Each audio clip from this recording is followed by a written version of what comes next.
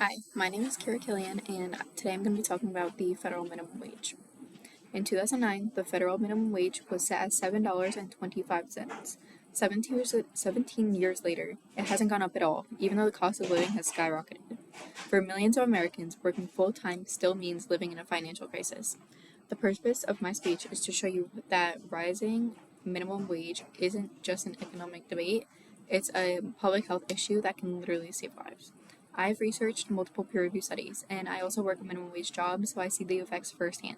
And as a generation dealing with rising costs and student debt, this issue affects people our age directly. Today, I'm going to explain how low wages and inflation contribute to rising suicide rates, how they create financial stability, and what we need to do to fix it. I'm going to start off with low minimum wage how it increases suicide risk.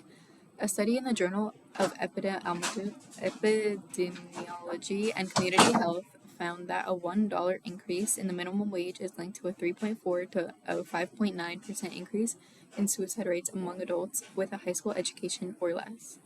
And this problem gets worse when inflation eats away at the value of those wages. So that brings us to our next point, where inflation reduces the real value of minimum wage.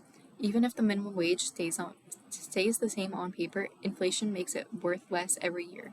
According to the Journal of Economic Analysis, inflation reduces the real minimum wage, meaning workers lose purchasing power unless wages are adjusted. Since the federal minimum wage hasn't changed since 2009, its real value has dropped dramatically. These pressures lead to a major effect, financial instability. This leads me to my third point, where financial insecurity comes from unstable scheduling. Low-wage workers often deal with unpredictable schedules and involuntarily part-time hours. A 2021 study in the American Journal of Industrial Medicine found that unstable schedules are strongly linked to financial strain. And a 2019 study in the Journal of Health and Social Behavior reported that this schedule instability leads to material hardship, like trouble budgeting, paying bills, and keeping stable housing.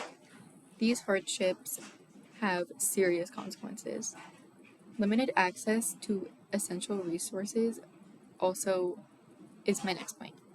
Low-wage workers are also less likely to have health insurance or affordable mental health care. A 2022 study in the health fairs found that low-income adults face major barriers to accessing health care. And research in the American Journal of Preventive Medicine shows that financial strain is tied to worse health outcomes, and that improving wages reduces stress. To fix this, we need to raise the minimum wage, regulate scheduling practices, and expand access to affordable health care so that workers can achieve stability and dignity.